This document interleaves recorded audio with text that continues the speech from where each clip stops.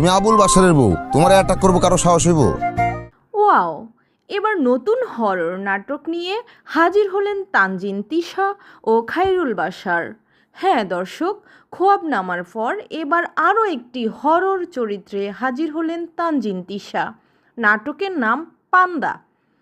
পান্দা এই নাটকের কাহিনী হচ্ছে নেত্রকোনার এক ছোট গ্রামের জীবনের গল্প, যেখানে চরিত্র খলিল ঋণ চাপের মধ্যে আটকা পড়ে এক রহস্যময় হুলিয়াময় চরিত্রে।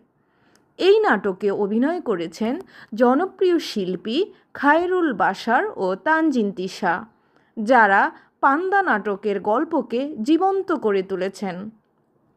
ফান্দা শুধুমাত্র একটি গল্প নয়, এই নাটক টোনে, ক্যামেরা ভঙ্গিতে এবং পরিবেশে গ্রামকে কেমন করে তুলে ধরলে তা একটা অভিনব গল্প হিসেবে মেলে।